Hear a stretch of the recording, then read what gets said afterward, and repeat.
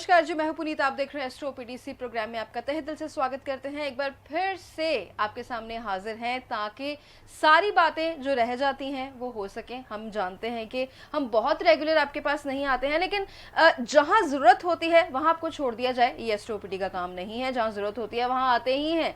तो आज भी वही होगा, रिजीम जो है वो फॉलो की जाएगी, रेगुलर रिपोर्ट होगी, टिप ऑफ द डे होगी, और साथ के साथ जो नीचे नंबर्स लिखे हुए हैं ये आप ही के लिए लिखे हुए हैं ताकि आप इस पे कांटेक्ट करके अपॉइंटमेंट ले सके सुनील जी से। तो सुनील जी आ चुके हैं स्टूडियो में। तो सवाल जो है आज का बड़ा ही खास सवाल है। इट्स अबाउट मांगलिक एंड नॉन मांगलिक। बहुत सारी कंफ्यूजन है इस टॉपिक को लेके, है ना। आज सारी कंफ्यूजन सॉल्व होंगी। पहले नहीं बताऊंगी क्या है, सीधा सवाल में ही लेंगे। बहुत बहुत स्वागत कर लेते हैं। बहुत बहुत स्वागत। नमस्कार जी। सुनील जी, मांगलिक और नॉन मांगलिक, मुझे लगता है कि ये इतनी कॉमन चीज है। जी। इतनी कॉमन होने के बावजूद लोगों में कंफ्यूजन जो है वो अभी तक है, क्योंकि भटक जाते हैं, भटका दिए जाते हैं। तो ऐसे में ये बताइए कि अगर मेरे मन में जो पहला सवाल आता है मांगलिक और नॉन मांगलिक को सुन के, अगर मांगलिक और नॉन मांगलिक की शादी हो जाए तो होता क्या है, और अगर हो ही गई, अगर पहले पता है तो आप बताएंगे करनी है कि नहीं, लेकिन अगर हो ही गई तो उसके बाद फिर क्या हो सकता है, और अगर मतलब कुछ बुरा है तो उसका उपाय है या नहीं है। मतलब बहुत सारे सवाल हैं जो इसी को लेके हैं। जी पुनीत जी, आपका क्वेश्चन आज बहुत ही ज़रूरी क्वेश्चन है, क्योंकि आज की डेट में ये क्वेश्चन उठ के हर बार आता है मेरे पास, और बार बार आता है। तो आपने आज ये क्वेश्चन किया है, सभी के लिए ये बड़ा फ़ायदेमंद रहने वाला है, बिकॉज इसमें जो मैं इन्फॉर्मेशन देने जा रहा हूँ वो हमारी वेदों की इन्फॉर्मेशन है। सबसे पहले तो ये मांगलिक दोष नहीं है। पहली बात, मांगलिक दोष कोई दोष ही नहीं है, जिसको हमने बोल बोल के दोष बना दिया, बट ये दोष नहीं है, ये योग है। It's a combination. कोई ऐसा कॉम्बिनेशन बन गया कुंडली के अंदर जिसमें आप जब पैदा हुए तब उस टाइम पे मंगल एक पर्टिकुलर स्पेशल पोजीशन पे था, वेरी सिंपल। तो उस टाइम पे जो योग बना उसको मांगलिक योग बोलते हैं। नॉर्थ इंडिया में अगर कुंडली के अंदर लगन के अंदर, यानी कि 1 नंबर में, 4 नंबर में, 7 नंबर में, 8 नंबर में, 12 नंबर में अगर मंगल हो तो इसको मांगलिक योग कहा जाता है। साउथ इंडिया में यही कुंडली उठा के अगर आप साउथ इंडिया में किसी एस्ट्रोलॉजर को दिखाएंगे तो वो सेकंड घर का जो मांगलिक है, मंगल सेकंड घर का होता है, उसको भी मांगलिक कहते हैं। ये चीज आपकी इंफॉर्मेशन के लिए है कि अगर बाई चांस कोई मैच मेकिंग साउथ से हो रही है तो वहां का एस्ट्रोलॉजर मंगल सेकंड को भी मांगलिक कहेगा ही कहेगा, क्योंकि इसको वहां पे मांगलिक कंसिडर किया जाता है। सो नंबर 2, ये है योग, ये कोई दोष नहीं है। हर 7 बंदों के पीछे 5 लोग मांगलिक हैं, वेरी क्लियर।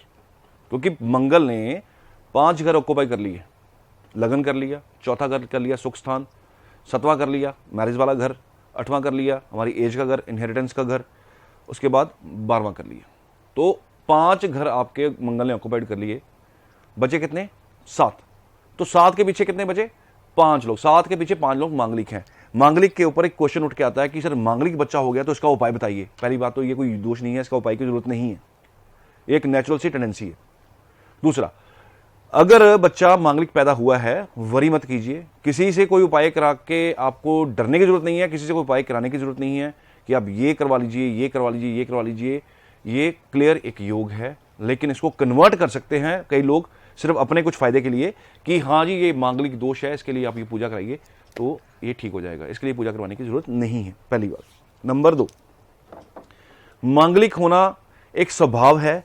हाँ, मांगलिक लोगों की एनर्जी लेवल तो जो आम लोगों से थोड़ा हाई होता है, फ्रिक्वेंसी थोड़ी ज्यादा होती है, एनर्जी लेवल हाई होता है।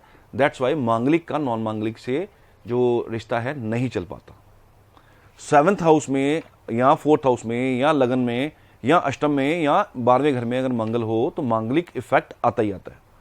और वो मांगलिक इफेक्ट का सीधा सीधा मतलब है, अगर लगन में होगा तो एग्रेशन लेवल ज्यादा होगा। चौथे घर में होगा, सुख स्थान में मंगल आ गया, मंगल यहां पे बहुत अच्छा परफॉर्म नहीं करता। कालपुरुष की कुंडली में यहां आके मंगल नीच का हो जाता है। चंद्र की राशि में मंगल जाके नीच का हो जाता है।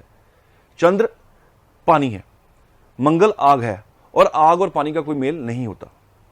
और भी बहुत सारे रीजन है इसके पीछे, लेकिन मैं मोटा मोटा अगर समझाऊं आपको तो मंगल आके कर्क में नीच के हो जाते हैं।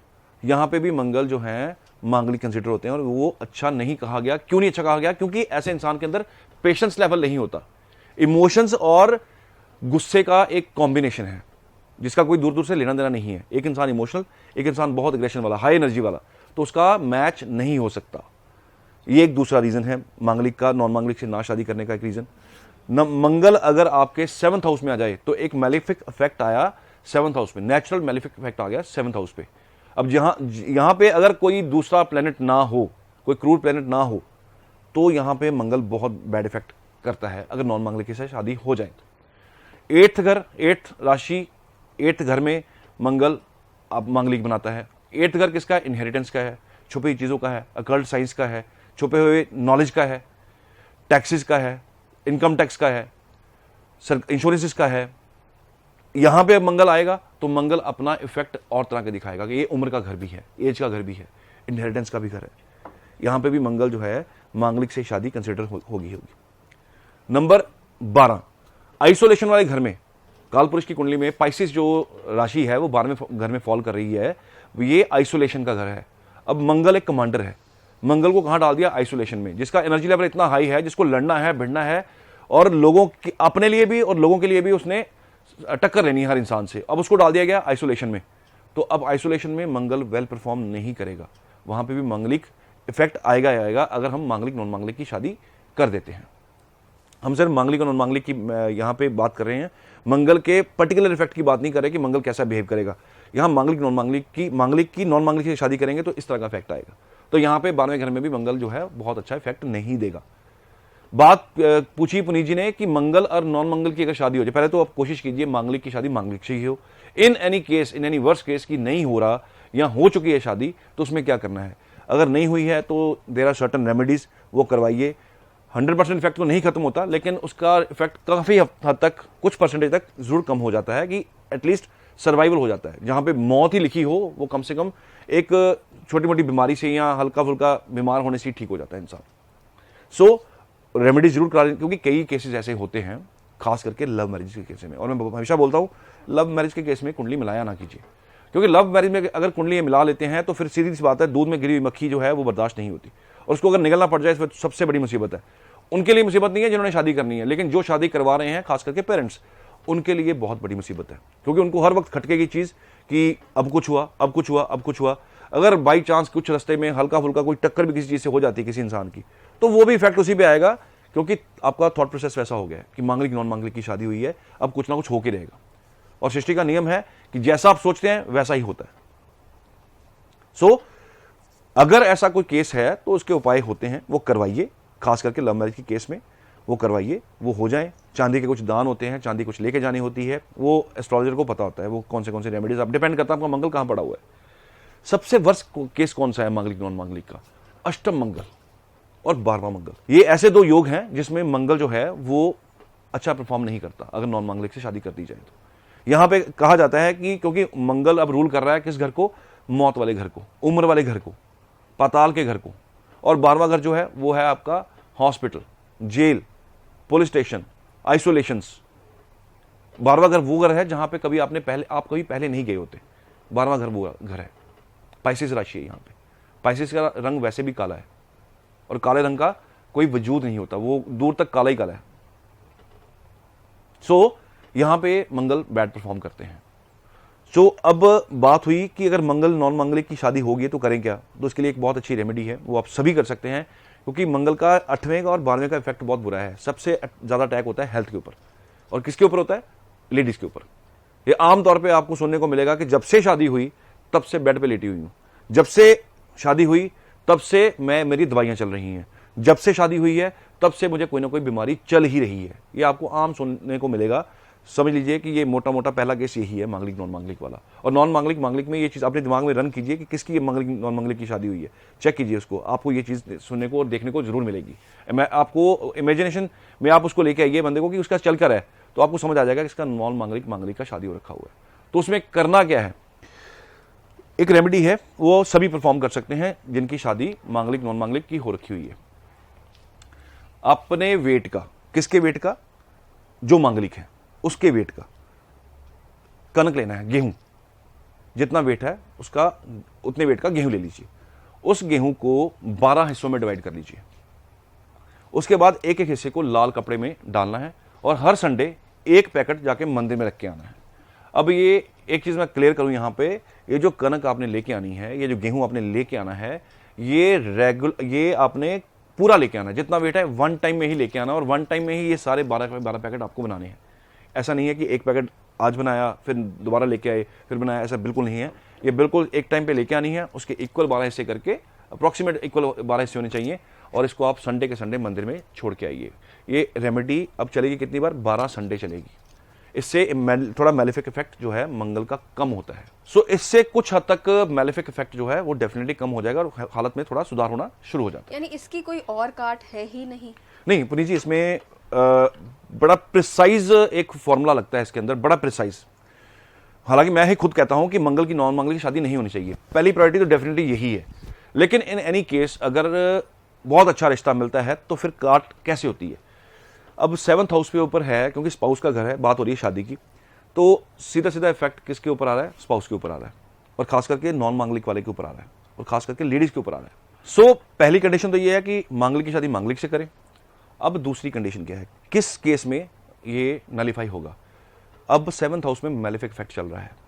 मैलेफिक इफेक्ट किससे आ रहा है? मंगल से। अब हमें यहाँ पे एक सख्त ग्रह चाहिए, जो क्रूर ग्रह चाहिए। वो कौन से ग्रह होंगे? सूर्य अगर आपका आ जाए इसमें 7th हाउस में तो शादी की जा सकती है। उसके बावजूद भी कुछ रेमेडीज होती हैं, वो एस्ट्रोलॉजर से पूछ सकते हैं आप, लेकिन इससे थोड़ा सा शादी जो है चलने के आसार बढ़ जाते हैं। ये उनके लिए हैं जिनको ना बहुत, जिनके बच्चे जिद पे अड़ जाते हैं कि करनी है। सूर्य से काट हो जाएगी। राहु अगर वहां पे 7th में किसी अच्छी राशि में बैठा हुआ है, अच्छी राशि तो वैसे राहु की कोई भी नहीं है, बट फिर भी अच्छी राशि इन द सेंस कि राहु अगर 2 नंबर में है, राहु 3 नंबर में है, 3 नंबर राशि में है, राहु चंद्र की राशि में भी चल जाएगा। अगर 7th हाउस में है तो हम यहाँ पे मैरिज को कंसिडर कर सकते हैं। सिमिलरली अगर केतु आ जाए सामने 7th हाउस में तो भी इसको हम कंसिडर कर सकते हैं। सो राहु का 7th हाउस में आना, सूर्य का 7th हाउस में आना, मंगल इटसेल्फ अगर आ जाए तो वो तो मांगलिक हुआ ही हुआ, ये दो अगर प्लेनेट सामने आ जाएं, 7th हाउस में आ जाएं, तो हम इसको कंसिडर कर सकते हैं। लेकिन कंडीशनली यहाँ पे कुछ रेमेडीज होती हैं जो शादी से पहले, शादी के दौरान और शादी के इमीडिएटली विद इन 90 डेज में करनी होती है। वो करके अगर शादी करें तो शादी चल जाती है, थोड़ा बेटर चलती है, एटलीस्ट वर्स्ट पोजीशन में नहीं आती, और घर के झगड़े सड़क पे नहीं आते, और हेल्थ जो है वो भी इतनी डिटेरियोरेट नहीं होती कि बहुत ज़्यादा खराब हो जाए, उसमें भी आपको जो है ज़्यादा टेंशन नहीं होती है। तो कुछ इफेक्ट इससे आपके कम ज़रूर हो जाते हैं। सो आपने बीच में एक जिक्र किया था कि या आपने मौत का जिक्र भी बीच में किया था। जी। हमने बहुत सारी जगह पे सुना भी, पुरानी फिल्में भी आती होती थी, या बहुत सारी चीज़ों में से देखा भी कि कहते हैं, आपने जिक्र किया कि औरत पे ज़्यादा असर आता है, लेकिन हमने ये सुना कि मर्द पे ज़्यादा असर आता है, और अगर ऐसा होता है तो मर्द की मौत भी हो जाती है, पुरुष की मौत भी हो जाती है। क्या ये बात सच है? ये मेरे एक ना आंखों देखा केस अपनी जी, मेरे कोई अब नोन हुए हैं, पहले तो शायद नहीं जानते थे, वो अब आना शुरू हुए हैं, उनके साथ ये केस हो चुका हुआ है। लड़की जो थी वो नॉन मांगलिक थी, लड़का मांगलिक था। उनका रोड साइड एक्सीडेंट होता है, बाइक पे वो जा रहे थे और बाइक से उनका एक्सीडेंट होता है और हेड इंजरी होती है, और हेड इंजरी के दौरान स्पॉट डेड उनकी डेथ हो जाती है। तो जब ये क्लाइंट मेरे पास आते हैं, इन्होंने मुझे बताया कि ऐसे ऐसे इनकी सेकंड मैरिज है, पहली मैरिज में ये चीज़ हुई थी, तो कहीं ना कहीं ये चीज़ अफेक्टेड है। और मेरा जो मैंने कुंडलियाँ टेस्ट की हुई हैं, जो जिस पे मैं अपना काम करता हूँ, जिस पे मैं रिसर्च करता हूँ, मैंने उसमें देखा है मौतें तो मैंने बहुत नहीं देखी। मैंने एक तो ये मैंने आपको जो बताया वो, और कुछ मैंने केसेस और देखे हैं जिसमें मैंने अपने करियर में पूरे 10 से 12 चीज़ें ये देखी हैं जिसमें डेथ हो रखी हुई हैं। लेकिन अगर मैं हेल्थ की बात करूं तो एन नंबर ऑफ पीपल, कोई गिनती नहीं है। और खास करके मैंने 70 से 80% लेडीज को भी बीमार देखा है, 70 से 80% कि वो बेड से उठ ही नहीं पा रही हैं, कोई ना कोई रोग लगा ही हुआ है, कोई ना कोई प्रॉब्लम लगी हुई है, कोई ना कोई तकलीफ लगी हुई है। तो ये केसेस होते हैं।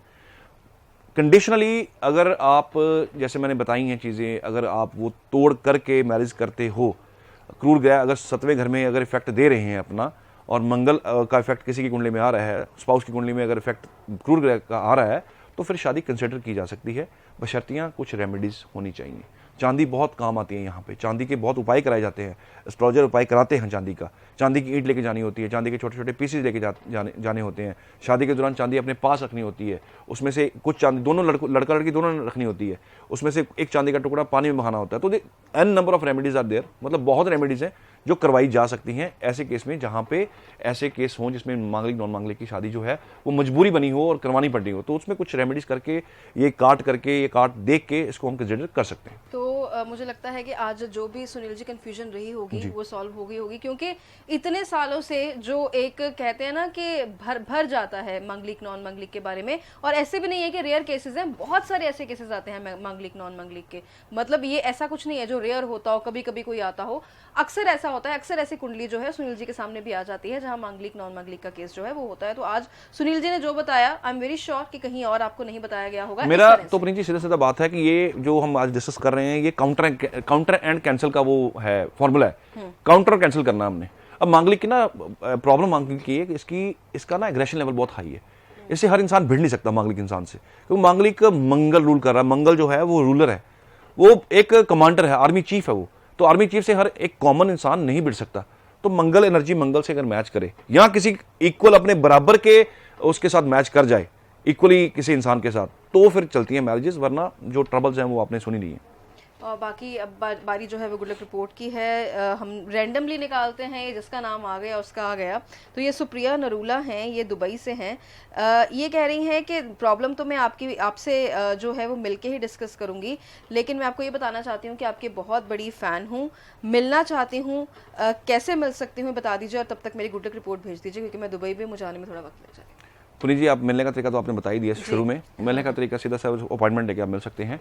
दूसरा, अगर आपके रिपोर्ट के अंदर कोई क्वेश्चन है, इन्होंने कोई क्वेश्चन पूछा इसमें? नहीं, उन्होंने बोला है कि मैं मिलके डिस्कस। ओके, रिपोर्ट आपकी जरूर बन जाएगी, उसमें क्वेरीज आपकी जो है वो जो आ गई है, हाँ पर्टिकुलर आपकी जो क्वेरी है उसमें आंसर नहीं आएगा, लेकिन आपकी रिपोर्ट जो है विद वर्षफल 5 ईयर्स का वर्षफल या 10 ईयर्स का जो भी आपको हम भेजेंगे वो आपको जरूर मिल जाएगा। बाकी जब आपने आना होगा तो आप टाइम लेके जरूर आ सकते हैं। तो फिर आज के इस एपिसोड में इतना ही, आप ध्यान रखिए। और हाँ, टिप ऑफ द डे रहेगी। टिप ऑफ द डे आज मंगल वालों के लिए, क्योंकि मांगलिक वालों को गुस्सा बहुत आता है, मांगलिक लोगों को गुस्सा बहुत आता है। इनका मंगल जो है, मंगल बहुत प्रोमिनेंट होता है, बहुत अग्रेसिव लोग होते हैं, ये इनका गुस्सा बहुत हाई लेवल पे होता है। सो एक रेमेडी, जनरल रेमेडी जिसको सब कर सकते हैं, जब मैं बोलूँ सब कर सकते हैं इट मीन सब कर सकते हैं। तो आप क्या करना है, जो मांगलिक हैं गुस्सा बहुत ज़्यादा है, ईंटें लेनी है, चार ईंटें लेनी है, और बिल्कुल रॉ ईंटें लेनी है। रॉ ईंटें लेके किसी बर्तन में, बाल्टी में इसको भिगो के रखना है। इसको अपने सिरहाने के पास रख के सोइए, मंगलवार को रात को सिरहाने के पास रख के सोइए। 4 न्यू ईंटें, नई ईंटें, टूटी फूटी ना हो, साबुत ईंटें हो, बड़ी बाल्टी लीजिए, टब लीजिए, पानी में भिगोइए, ओवरनाइट अपने सिर के पास रख के इसको सोइए। वेरी नेक्स्ट डे किसी भी आप इसको प्राचीन हनुमान जी के मंदिर में प्रेमिसेस में रख के आइए, किसी पेड़ के नीचे रख के आइए। इससे आपका थोड़ा सा नेगेटिव इफेक्ट जो है, जिससे नुकसान हो सकता है, वो कम हो जाता है। एटलीस्ट अगर आपको किसी के साथ झगड़ा करके बहुत ज़्यादा नुकसान होने वाला है, क्योंकि झगड़े से तो ये इंसान बाज आएगा नहीं, ये होगा ही होगा, तो जो वो फ्रीक्वेंसी है वो थोड़ी सी कम हो जाएगी, गुस्सा थोड़ा शांत रहेगा। इस उपाय को मंथली एक बार करना है और इसको 7 से 8 बार लगातार हम कर सकते। तो फिर मुझे लगता है कि आज सारा कुछ जो है बिल्कुल भरा पूरा एपिसोड जो है वो आपके लिए बनाया गया, और ज़रूरी भी है, क्योंकि एक वक्फे के बाद आते हैं, कुछ वक्त के बाद आपके पास आते हैं, तो एकदम तैयारी के साथ, ताकि आपकी कोई भी क्वेरी जो है वो अनक्वेश्चन ना रह जाए। तो मिलते हैं जल्दी, अपना ध्यान रखिएगा, धन्यवाद।